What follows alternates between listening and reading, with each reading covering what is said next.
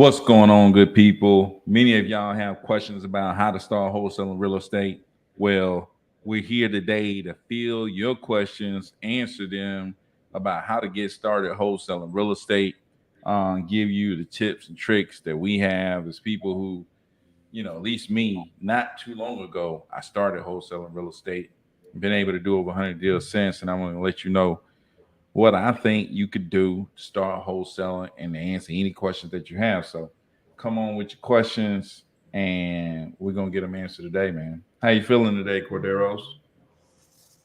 I'm feeling good, man. I'm tired, but feeling good. You know, as they say in Atlanta, man, we have emotion. We have Hey, I noticed ever since we started running these Facebook ads and stuff like that, you seem like it's been weighing you down. Like are the leads just like draining your energy? Nah, I would say I think what it is just like they coming in at like shoot, all times, all hours of the day. Um, and so honestly, I think a logical person would set sometimes they set an appointment and a logical person would like, all right, they set an appointment. I'm trying to get to them all the time. And it's just about I think it's an adjustment period. Just trying to adjust to it. But I would say this is one of those good problems to have. But it's just like normally I have structure about my day. It's like, you wake up at this time, you in the dialer at this time, you marketing, you following up at this time, you doing all of these things are structured. You do something new, and that just throw your whole structure off. But you just go in, and I think this is something. I don't know. I mean, we were pretty excited about this, and just being able to like go in this new direction. That's just feels cool, man. I think it feels cool. Yeah, no doubt, man. And sure, we in addition to the Facebook ads, we just did something else big today. We ended up getting this investor lift, which I ain't know much about until like here recently, and so we all in. We gonna go try to see if we can go do it, man. So getting people under contract, selling these properties is gonna be something that we got to put together this process and make it work. So I'm excited about it. You got to be excited about it. But we're gonna see how it goes, man. Ty up in the building, man. What's going on, man? He says, "Sup, fellas? I made me a playlist just to add all y'all lives to, so I can't catch it. So I can't catch them at night. I watch it while I'm working. That's what's up, man. That's a good idea. Like to create a playlist of videos to go and listen to, because like how you see a lot of good stuff, and it's like, man, I want to watch that and this one, but I ain't got really time to watch it like right now. You know what I'm Yeah. saying? To save them, and then you can go back and listen to them. So, yeah, that's a good one, man. I mean, that's a good tip, for people to do just in general, though. Um, but yeah, man, we Do it got while you're working out too, man. It's just like we've talked about this before. Briefly, I touch on this. It's just like once you off in that mode, it's different. You're not listening to music no more. You're not listening to Ti no more. You're not listening to Lil Baby no more. You're not listening to whoever. You like I'm listening to a real estate podcast. yeah, I'm listening to an audiobook. You shift different elements, just like you know, you like you try to get in shape. It's just like, man, I'm not sitting down chilling, just watching a game no more. I'm watching workout videos so I can try to yeah, get my form and understand these things. And like you just trying to stay in that zone. And so I think that's definitely a good idea, man. Listen to it while you're working out, stuff like that. It just kind of yeah. takes it over the top, I think. For sure, for sure. On IG, Sharon said, "Do we do land as well?" We do land. Worked on. I don't do land, but I have worked on a few pieces of land. I do know some people who do land. So if you send it to me, I probably can help you out. At least I can send you in the right direction. So just let me know what you need. But yeah. So uh But yeah, man, we here for y'all questions, man. And as long as y'all asking questions, we just gonna jump over here and answer. And then if not, man, we finna jump off this thing. And for real, we got some. We gotta get to work, dude. We got too much. Man, we gotta get to work, man. We got too many properties to, lock up, put under contract, dispo. Man, we just got stuff to do, man. You know what I'm saying? So the good thing about this is like a lot of our marketing is automated. So at least we don't have the marketing part we're not worried about. It's mainly the acquisitions and the dispositions. And the transactions are pretty much like it's just gonna happen. Like, you know, we really hadn't dealt with any of the transactions. At least I haven't. I don't know Cordero behind the scenes working transactions, but uh, you ain't have to worry about contacting no title company or nothing like that. Only time I hear from a title company is when it's time to sign. So I do enjoy that part. Not having to deal with them at all. Um, Speaking of that, I think Fidelity Title hit me up talking about getting ready to sign file closing that's supposed to be on Friday, right? Oh boy. Oh boy. Yeah. Dude, anytime you got somebody that's supposed to be getting out of a property, it's usually because they ain't paying. Something is going on. It doesn't even matter who it is that need to get out. Doesn't matter if it's their wife, their husband that need to get out, their kids, their cousins, their uncles, their friends, their best friends, they whatever it is, whoever it is that need to get out of their property, it's probably because something has went wrong, right? So, you know, that's something that we kind of, at least me, it's like I start to sense that every time. You know what I'm saying? And Yeah. every time somebody's in the property and they got to move out by a certain date, it's gonna be a problem, dude. Like, dude, you got to stay on. You got to ride them so hard. It's like, dude, it's about to be a problem. Yeah, bro. I think that you hit that on the head. Anytime it's like somebody tenant wise, because if it's the seller that we're talking about, then they know they gotta sell, they'll be out the property. And if they're for any reason why they can't, then they kind of understand it's just like we can set that expectation up front.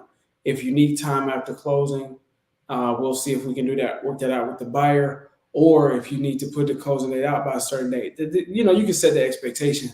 But usually where we run into the problem is when it's a tenant, like not the, some anyone else but the seller, and they're not paying nothing to begin with.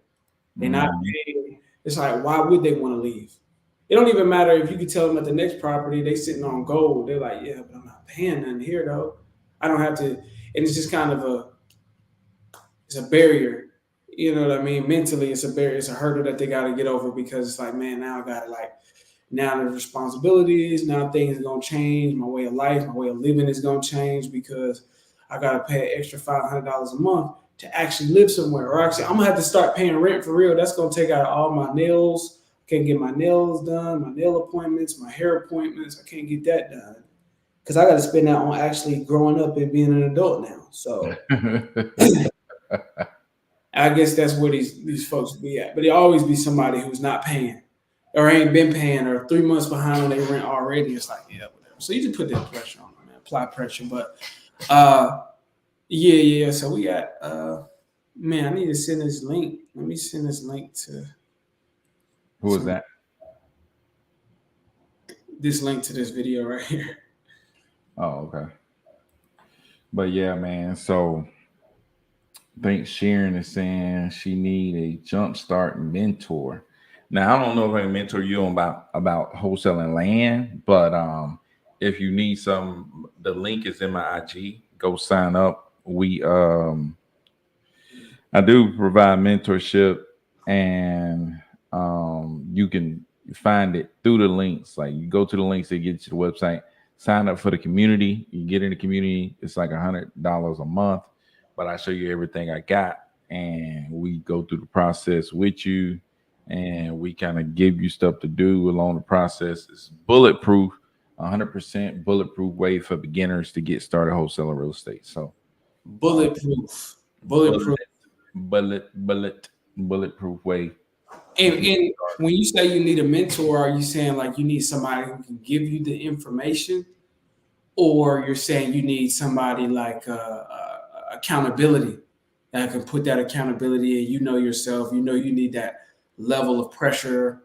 and that level of attention and follow up. Like, hey, did you do? You know, this is what you got to do. Did you do it? If you know you're that type of person, which ain't nothing wrong with that, um, then I think you may maybe even getting into our weekly calls, because we can always check up on you and just it's a constant. That's probably something that you would probably want to join.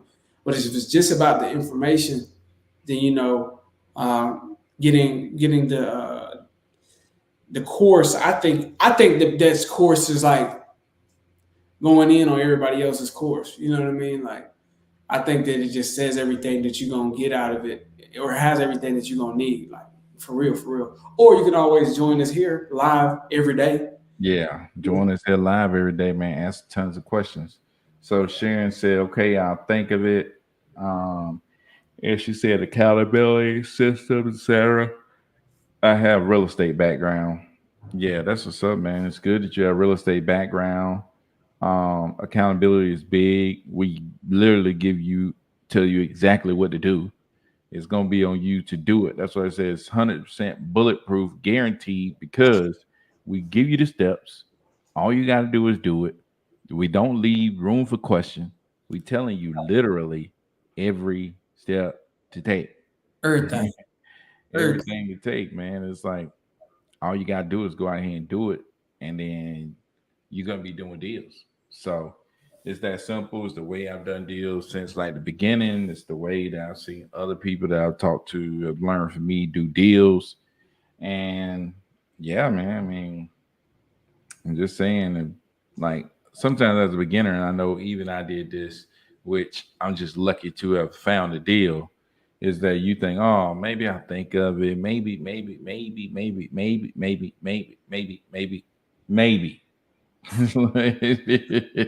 It's like it's always maybe. It's always let me think about it. It's always da da da da da da da. One day, one day, one day. What did the dude say? The quote goes like this: "It's one day, or it's day one." It's like, dude, you have to decide. Yeah. And then, like Brandon Turner says this, like he said this a lot on Bigger Podcast. It's less important what you decide. It's more important that you decide, right? It's more important that you decide than what you decide. It's like, dude, be decisive. Make a decision. Doesn't matter if you sign up for our little mentorship program. Doesn't matter if you sign up for anybody's stuff. Go do something, right? Yeah. It's like John Q. Do something, John. Do something. See, Cordero don't know nothing about that, man. That Denzel, baby. That Denzel. Man, I Yeah, taught. See, me and Denzel went to high school together, man. Like, you stupid. Zell, baby. Hey man, you gotta dude, do something. Like I really was a point in my life where I was saying that to myself in my head. Do something. Like, dude, you gotta do something, man. Like you get yeah, to a point you like, man, I'm sick of this, dude. Like I'm sick of this. I gotta do something. It's like, dude, I'm so sick of this, man. I just gotta make a move, man. You know what I'm saying? And it's like it doesn't matter what you do something. Make a decision and go. You know what I'm saying? You sit around and look and think your whole freaking life. I was sitting around looking and thinking for 8 years. You know what I'm saying? I could have been got started doing this. I could have been got started doing a lot of stuff. You know what I'm saying? But 8 years of looking and thinking and looking and thinking and looking and thinking and looking and thinking and looking and thinking. It's like, dude, just go do something, man. right. Because there's plenty of people over here looking and thinking they mouth breathers. They just there breathing. They just there breathing. It's Yeah, like the joke in class is just in there. It's man. like, dude, you just happen to be breathing out in this mug, man. You ain't doing nothing, dude. Dude. And it's like that's big. I take that quote that you mentioned before. Sometimes it's not what you decide; it's that you decide. It's that you made a decision. It's that you started, that you took a step in the first place? I mean, let's be real about this. I always say this, man. Doing it never feels nearly as good as talking about doing it. Talking about doing it, and that's what we're doing here. Even listening, even us on this podcast, or even us talking, you listening to this podcast, is not as valuable as you actually making the first call, reaching out to the first seller, buying the prop stream, buying the dialer, buying the text message platform, skip tracing your leads. All of that actually that don't feel good. Really, that feel kind of uncomfortable. If we're being real with you, that feels like out of my comfort zone. Especially if we talking about first time doing all these things. Uh, Signing up for Facebook leads, buying investor lift, and trying to learn a new system and learn a new platform and adjust to this. It's like it don't feel good, but successful people. And I'm reading this book called The Millionaire Mindset, and he's just talking about one of the distinguishing qualities of successful people is that they kind of take the ready, fire, aim approach. It's like I I know people who just like they try to sit around and claim that they're perfectionists and claim that they want to have. I just got to have it all figured out before I take action. I just want to know everything. I need to get as smart as Byron. I need to know as much as Byron knows before I can take action. And that's not how that works. You won't know as much as Byron knows until you take action. So it's not about understanding everything before you move forward. Those are the people who just really, they're using that as called, we talked about it before, it's called creative avoidance. You're using that to stay inside your comfort zone.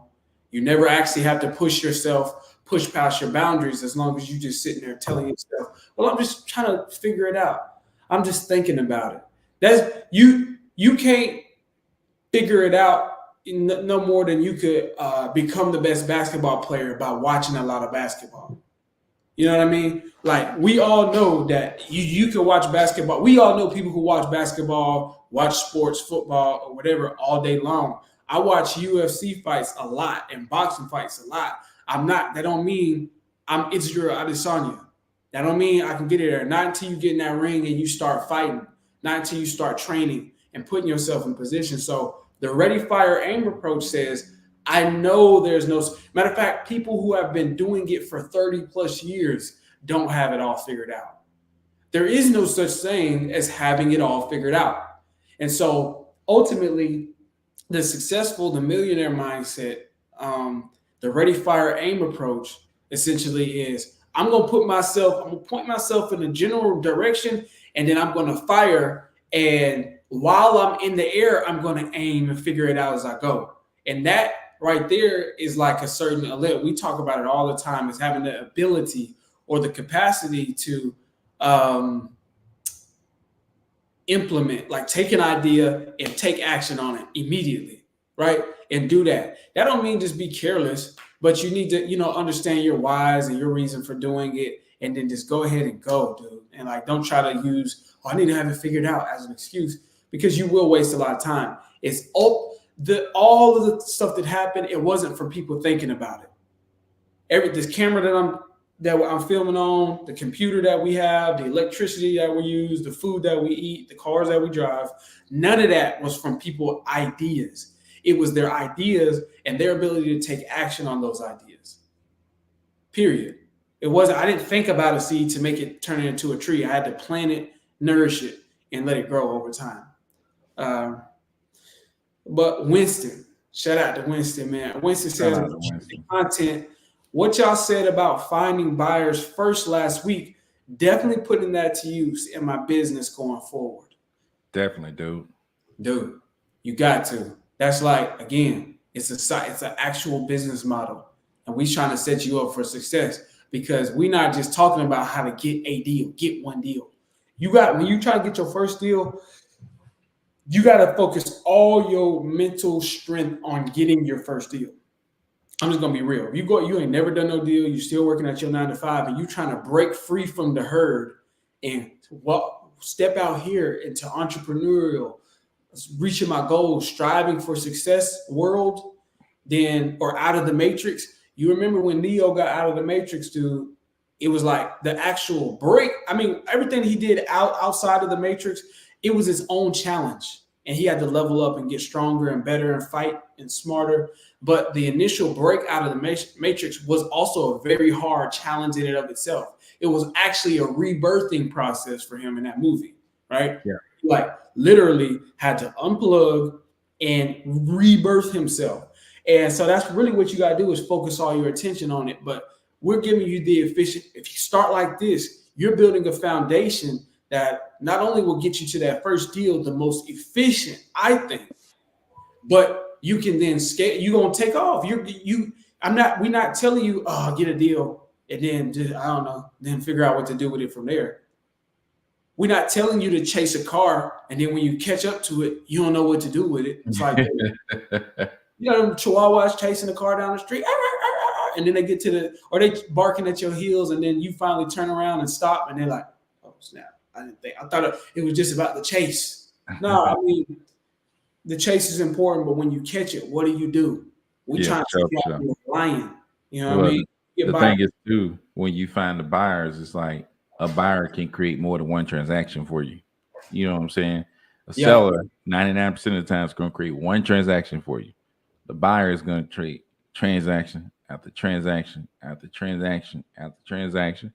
And then you find a group of them, you know what I'm saying? Because you may get, you find a group of them that's actually being active, then you're able to really hit on deals. You know what I'm saying? So B2W says gotta shoot them jump shots. Like, no doubt, man. Hey, you gotta man. put in the reps, dude. Reps. You Shout gotta out put in to the reps. my guy Yeah. Robert, man.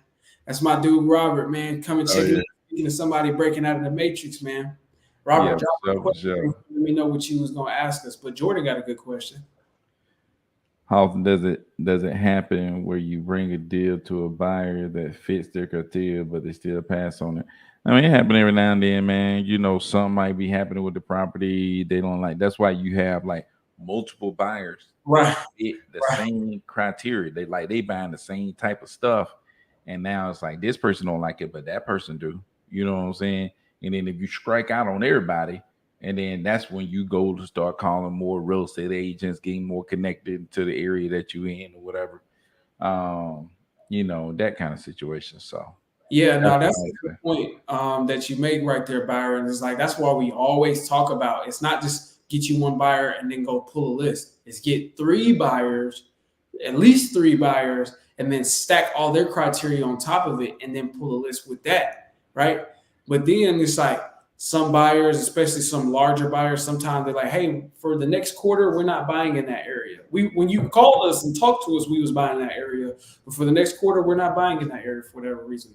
Some of them switch their criteria around, whatever. Sometimes it's a situation. But like he says, if none of those buyers are working, then go call some other ones. I think what you'll realize is the world's a big place. You know what I Yeah, mean? for sure. And I'm guilty of this. What I would think was, oh, I got three buyers, and none of my three buyers wanted to buy it. It's not a deal. No, dog, you just ain't found that buyer. You could, and I think you. It's the same thing as being in the dialer. You be in the dialer for all day, and you call. You dial hundreds of people. You talk to hundreds of people, and you're like, nobody wants to be interested. You could easily tell yourself, oh, I called what I would consider to be a lot of people and nobody was interested, therefore this doesn't work. And that's not the case. You just haven't found the right one yet. You need to 10x and call 10 times more people over the next week and then tell me what you get. It's No, I'm about the telling level of consistency. You know what I mean? you. Um, and you got to do the same thing with your buyers. It's just like you would think that, man, I gotta, even if you had 20 buyers, you'd be like, man, all 20 of them said no to this deal, but it fit their criteria, but they said no because of the foundation. And it has foundation issues. I guess no buyer will deal with foundation issues. No, that is not true. It's not true. We working on a deal now, about to close on it. They got found. I mean, we've done several deals. They got foundation issues actually. So keep Yeah, going. no doubt, man. So BTW said I met a guy and he's willing to buy whenever I get done. I guess whatever I get done. I want to know how you all would leverage that. I'm guessing he's saying about whatever. Shoot, to buy whenever I get done. I wanted to know how y'all would. Uh, I don't think he meant whatever. Whatever. I think he meant whenever he get done. It's just what did you mean? Get done? What like? Um, get ready to start marketing for him. Ultimately, that nonetheless, if you found a buyer who's willing to buy, then how we would go about leveraging that is clarifying what are you willing to buy, what exactly are you willing to buy? Where exactly are you willing to buy? Maybe you already know, maybe you don't. But the thing is, find exactly what that person's looking for, exactly what they are buying, right? And then you, like we said, then go find you some more buyers, is what I would say. Not just, you don't need, that's what we're talking about now. You don't need just one guy. Um, yeah, you don't need just one guy. You need at I guess least you said when I a get seller. a seller that's 100% about Gotcha. selling. Yes, yeah, I figured. So Yeah. I mean, a lot of times people say they'll buy anything. You might have ran into a wholesaler, but most time wholesalers are the main ones that'll say, "Oh, I buy anything." You know what I'm saying? A yeah, lot of times, a lot of but times. you don't like you want to buy like people who buy properties and really flipping like that. Yeah, It's like, dude, they got certain properties they like to flip. They got certain properties they don't like to flip because yes, they done enough flipping to know I need to stay away from this or this right here works better. You know, they got certain areas that they like. You know what I'm saying? Certain areas that they don't like. So real buyers, you need to ask them those questions. What areas do you like to buy in? What areas do you not like to buy in? You know, what type of property would be the perfect type of property that you would buy? When somebody say, "Hey, just bring me whatever," they probably wholesaling that mug, right? Or they just want you to throw anything they got. Like, dude, you need to know. You need to know because it's gonna narrow your focus when it comes to you reaching out to sellers. You don't want to be reaching out to every seller all over the place. You yeah, know what I'm saying? That costs you way more money, you know. But if you say, hey, look, I only want three twos, 1,200 to 1,300 square feet, built between 1995 and 2005. You narrowed my focus so much that I could probably target almost all of those properties in a particular area. You see what I'm saying? or a certain amount of dollars that will fit in my budget, or There that's you something go. that's reasonable at the time. Or it should still be slightly unreasonable because Yeah. again, you're gonna have to be unreasonable. Maybe for you, it's like, do I even want to spend money on a marketing budget? Which that's a whole other convo. But yeah, you need to spend some money on a marketing budget. But definitely, how I would leverage that is like you said, definitely be leery and don't be naive. We've been in the business for a long time. There are a bunch of people who you could talk to that look good and sound good, and they got a couple people following them on IG, but they're just wholesalers that aren't being honest to you. Oh yeah, I'm flipping. Really, they just want you to bring a deal so they can get it over to their buyers, and they don't even have buyers like that. They Yeah. gonna post it on Facebook. So vet them out. Make sure that they give you some specific criteria, whether it's a real buyer or not. If you demand and almost not demand, you don't have to be rude, but I'm just saying, it's like if you request and insist, hey, I need to know exactly what you're buying, so that way I can know that I'm sending you exactly what you're looking for, what you would buy, right? If you insist on getting that information, then a wholesaler is not going to be able to tell you, and a real buyer is going to understand. Oh, okay, that makes sense, and then they'll tell you. Once they tell you, you take that information. It's called a buy box. They should give you, like he said, the bedrooms and bathroom, the square footage, and the year. Don't What I just told you was important. How many bedrooms and bathrooms? What square footage? What year? What area? What part of town? Don't tell me all parts of town. What is the best, hottest part of town? Because every city got multiple parts of town. One side is a waste of time. One side is a sound investment. If you find a deal over there, then you hidden. So you might as well search over there, right? But before you go pull that list, I would say if you got one buyer, take some time to give yourself a pat on the back, acknowledge that you've done this, and then go ahead and find at least two more buyers. And if that takes you 100 more calls, if you found, however you found that buyer, maybe it was at a networking event, Maybe it was at on IG or reaching out to some friends of some friends of some friends. However you did it, go do that. However many more times it takes till you find at least two more, at least three, as many as you can, but at least three solid buyers who are buying in a similar area with some sort of similar criteria that you can put them all together, and then you can go pull a list and start the real heart of the matter, and that's marketing, right? Yeah. And Shout out Wolf of Wall Street coming through. Street Hopped on a little late, but what's good, brother? What's going on, man? with Wall Street. Jordan says, you ever have issues with getting access if property is occupied? Yeah, sometimes we do. That's one of the hardest things for me. A lot of times tenants not cooperating or don't care. Yeah, no doubt, man. And sometimes tenants, but you have to talk to the tenants and work with them. You know what I'm saying? You Yeah. got to figure out what's the value to that tenant. You see what I'm saying? Once you figure out what's the value to that tenant, then you're able to use what's valuable to that tenant to get what you want. You see what I'm saying? Like we had a tenant, it was like, okay, she was gonna end up moving out, but like she wanted the security deposit.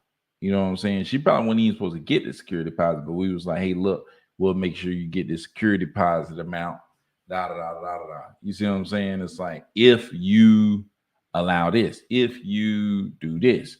So it's like figuring out what matters to the tenant and then hammering down on what matters to them so that they can give you what you need, right? You got to be willing to give that tenant what they need to get what you need.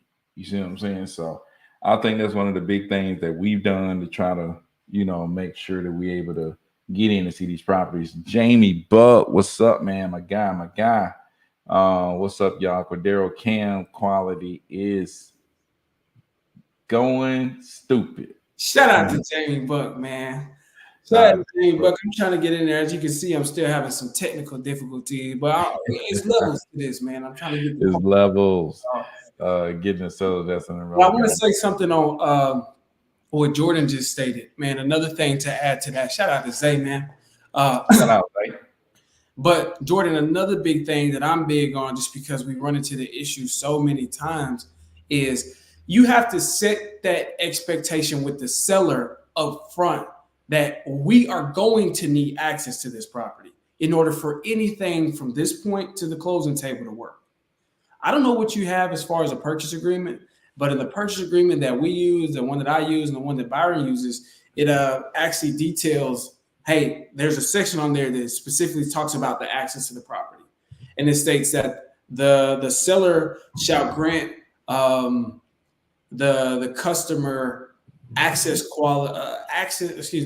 the buyer, all prospective, specialists, agents, prospective partners, contractors, whatever we need access to the property. And you set that, I always go over the contract with them right there on the line. Right there, you understand that we're going to need this. And I think that's a big important part, because right there, it's not about getting them under contract and then trying to figure out the whole situation with access from there, and like wrestling back and forth if they got tenants. It's like, before we even sign this, you're going to have to guarantee your word to me that I can get access. And so, because a lot of times, if there is something going on with it, they'll tell you, okay, I know. And I always let them know. So we have a due diligence period. We're going to need to get access for sure all through that. And then we may need access at any point in time from then until closing. We need to look at the property the day before closing. And honestly, Jordan, I always bring up that situation where with I literally say this on like almost all of our calls. I say, we have one of our investors that we work with, I'm talking about Jordan, that actually normally we're supposed to go take a look at the property before closing, the morning of, and one of our investors, for some reason, we weren't able to go look at it. And then they closed on it, the funds were dispersed, and then they went to go look at it and the property had burnt down. And the seller's like, oh man. So I'm like, so you, Jordan. Thank you, Jordan. Thank you, Jordan, for that experience. That experience was crazy, man. Jordan, we need to get you on the live to kind of detail that, because that's a whole nother thing. Like, I think that experience was crazy, and the way you bounced back from it, you did was so crazy. Like it inspires me.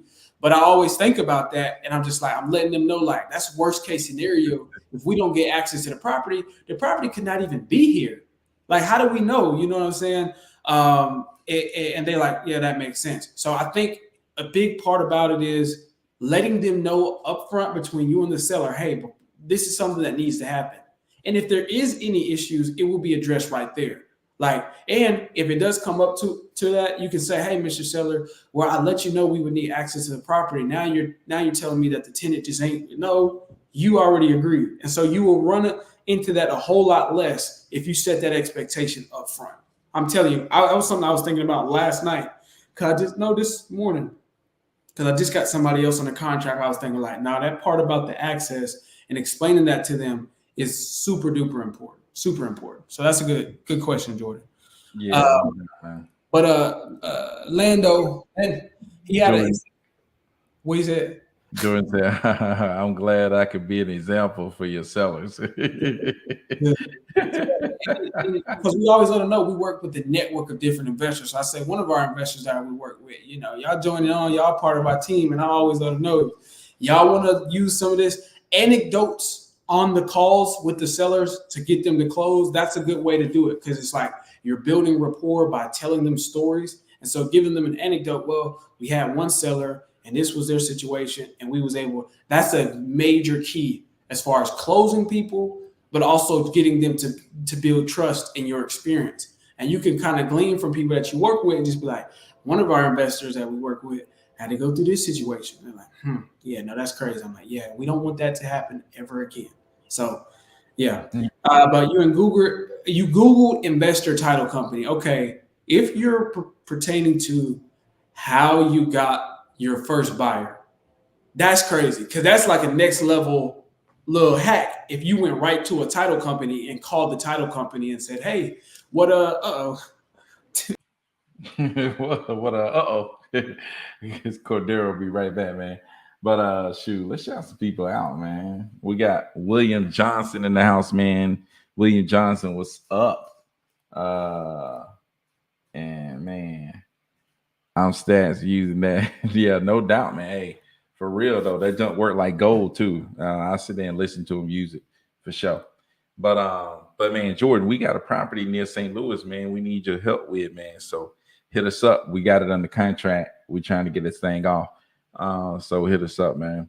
But yeah, man, I think one of the biggest things, man, that you could do when it comes to just getting started, man, is making sure that you have buyers in place and building the business the right way is the most important thing. You know what I'm saying? Building your foundation to where you're basically partnering up with other businesses, right? Which is the buyers, they created their business and they're running their business. You're partnering up with them and that allows you to run your business. You see what I'm saying? Using them to jumpstart your business. So, like, I think that's a big thing that's huge. Being able to find those buyers first. So, Beach River said, "Yes, I left a message and he contacted me, bro. Fix the cam, yeah." Hey, he used to laugh at me. Now the joke on him. But but yeah, man. So yeah, that's good. Hey, reaching out to people is one of the biggest things too, man. This is a contact sport, whether it's buyers, sellers, attorneys' offices, everybody that you work with within this wholesale or real estate, whatever business you in.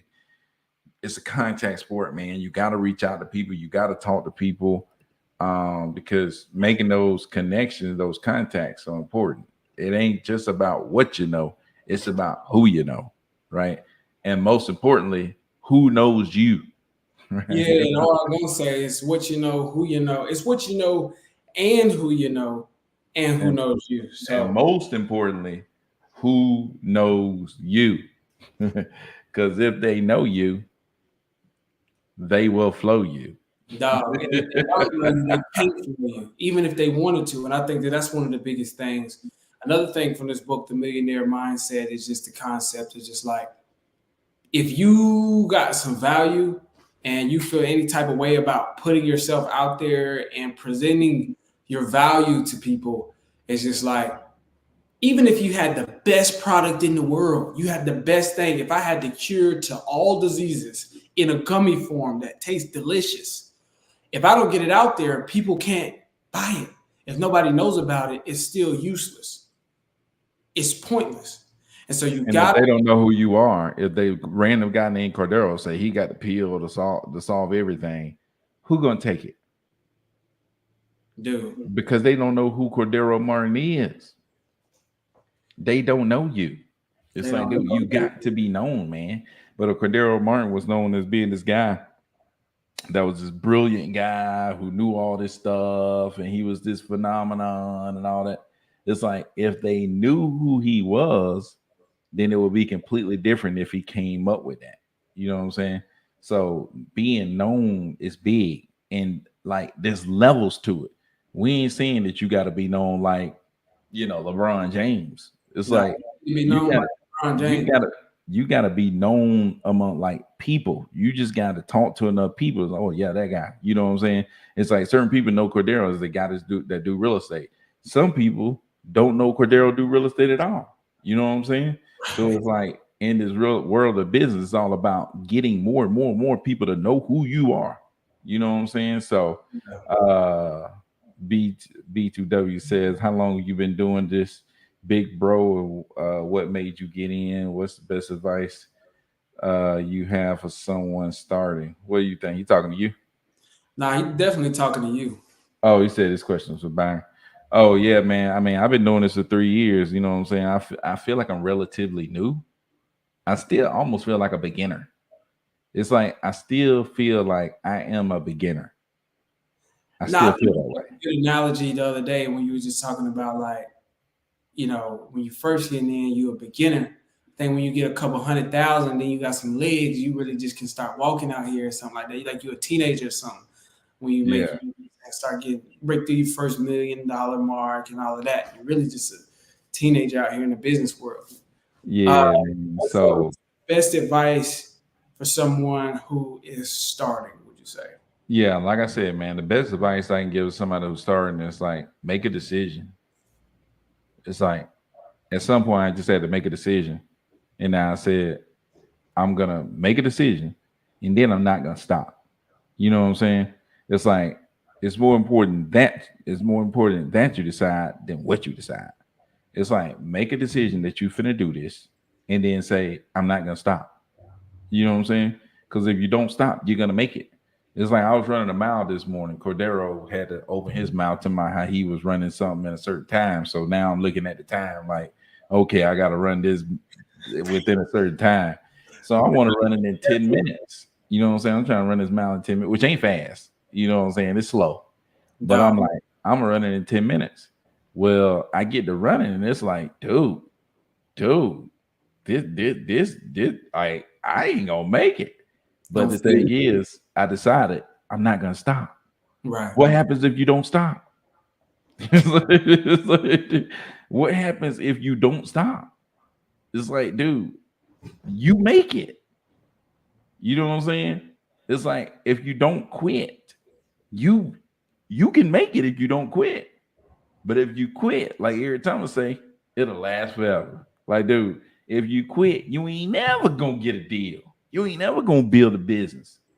It's like you make a decision that you're gonna go and don't stop. But the biggest thing as far as specifically wholesaling, find cash buyers, connect with them, build a relationship with them, figure out what they're looking for, and go bring them the value. Go bring them what they're looking for. It's like you find people with money in their pocket and you bring them value. Like that's how all business work, right? It on any level. It's like Walmart. What do? They put their store in the area. They put in there the stuff that you want. They know you got money in your pocket. And what do? You come up there and pick it up. Cause they put in there the stuff that you want. The You stuff see that what I'm saying? they putting in their stuff that you The want stuff that and you need. need too. Yeah, And- I mean, the buyers need properties. but not even that. It's just like before that they put a store in the area, they figure out, okay, Yeah. Walmart is essentially like a wholesaler. You know what I mean? They figure out how can I get to the mass producers, the manufacturers, and then get all of those items here in one place for our customers. Before we even start marketing to our customers who are buyers on one end, the other people that we're working with, we build these business to business relationships. We need to get your pizza rolls and your Pop Tarts in one area. We need to get your name brand Dove soap. We need to get your Sony computers and laptops. We need to get the the Huffy bikes. We need to get all of these things that we know our consumers are looking for. We got to build these business to business relationships with them first, and then we start putting our store in an area where people who can give us their money, who we solving a problem for, convenience, right? That's every business at all level on all sides. Because a lot of times in this business, you think of the sellers as your customer. You're also your customer. Arguably, your real customer is your buyers to begin That's with. your real customers. Real You know what talk. I'm saying? You building up your customers. That's why I say go build up your customers. Yeah, You know what I'm saying? Go build up your customers, the people that are gonna be buying stuff from you. Don't go out here and buy a 10. Don't go out here and buy 10,000 Swiss rolls, right? Don't go out here and buy 10,000 Swiss rolls, and you can't even sell them. You know what I'm saying? That's what I'm saying. You going out there looking for properties, you getting them. You running the people. But it's like, even if you get a property, you don't even know how to get rid of it. You don't know how to exchange it for cash. You know what I'm saying? So it's like, dude, go build your customer base. You know what I'm saying? Then when you got the customers, it's like, dude, I got the people with the money right here. Okay, what you want? What you want? What you want? I'm finna go get it. You know what I'm saying? You got the money, you got the money, and y'all want it. Oh, let me go get it. I go get it. I bring it back. Here you go. Hey, give me your money. Boom. It's a simple process, man. Simple process. Like, dude, I don't know, man. To me, that's a simple process. I don't know. Maybe the guru, maybe I'm wrong. You know what I'm saying? Maybe I'm wrong. I'm just telling you what works though. And I'm telling you it seemed to be the simplest way to get started wholesaling, So um Cordero back in motion, man. We finna have to cut this thing short. yeah. I'm about to say, man. Cordero be on it, no doubt. Anybody here want to partner? Anybody want to partner with Zay? He out there in the land. He out there in the land, the ports land. You know what I'm Yeah, saying? man. And Byron talks about this all the time. Squadding up can be a good way. If you need accountability, that can be a good way. But you got to be serious, man. And the number one rule of partnership on all levels, the point of partnership ain't, hey, I'm a point guard and you a point guard. Let's make a basketball team. It's just like, who gonna get our rebounds? I'm a running back and you a running back. I'm a wide receiver, you a wide receiver. It's like, then who gonna throw the ball to who? It's like a good partnership is a quarterback and a wide receiver. A good partnership is uh,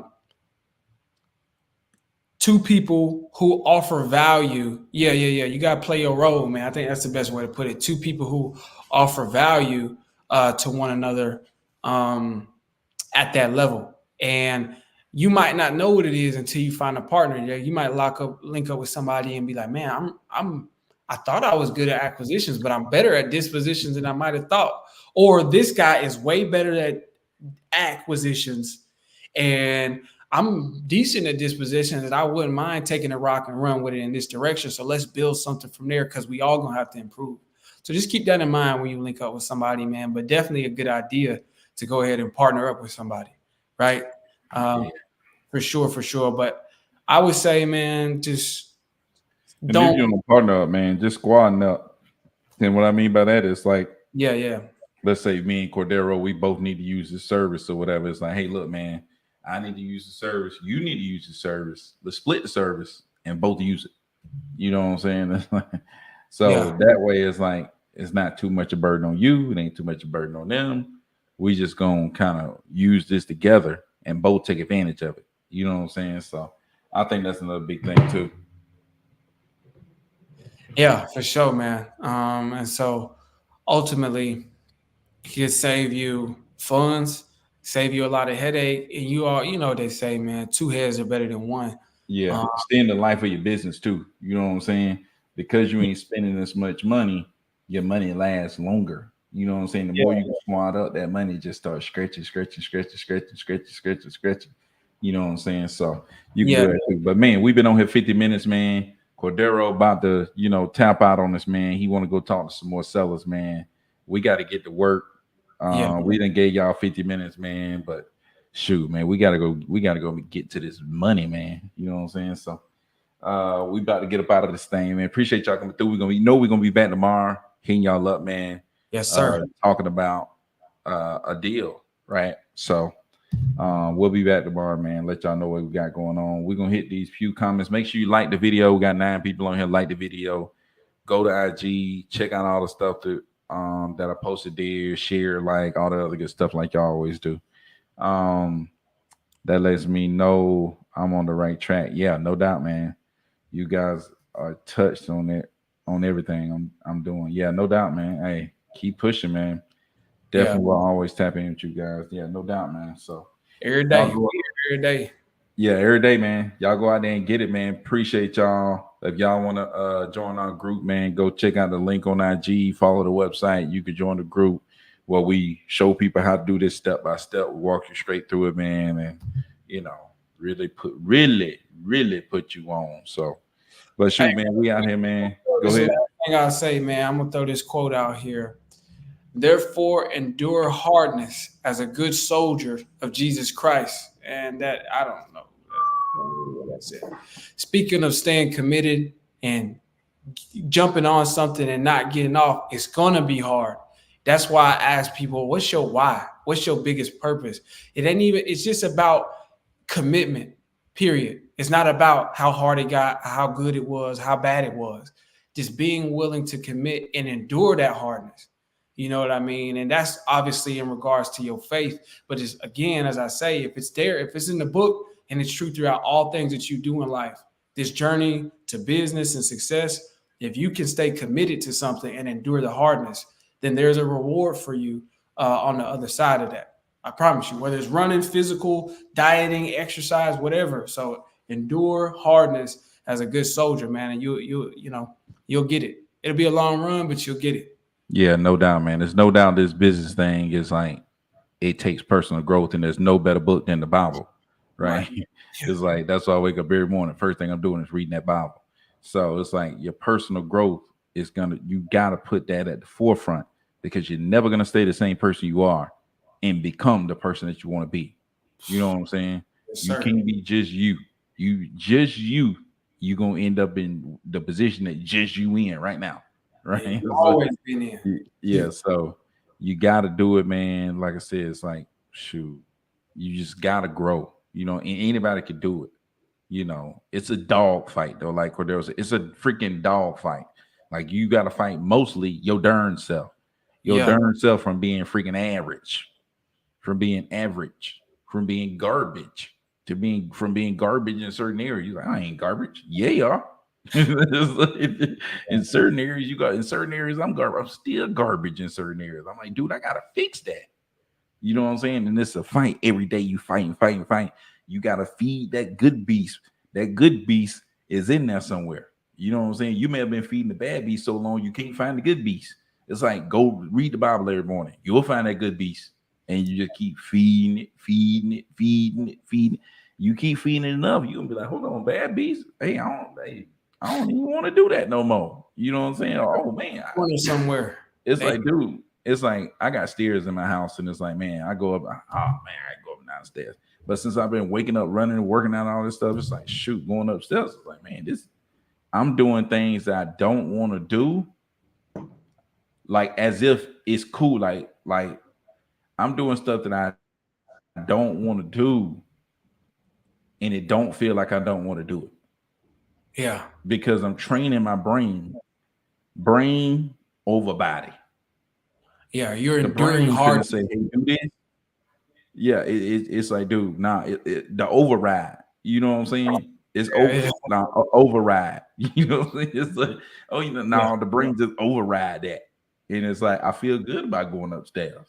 You know what I'm saying? I feel good, like you tired, but it's like, nah, the brain just overrides. You Yeah, know man. what I'm saying? So, whew, but we gotta get out of this thing, man. We said we were gonna do 30 minutes, then turn this thing to an hour, man. We know we had to give it to y'all, but shoot, man, we out of this thing. Appreciate y'all coming through. Peace out.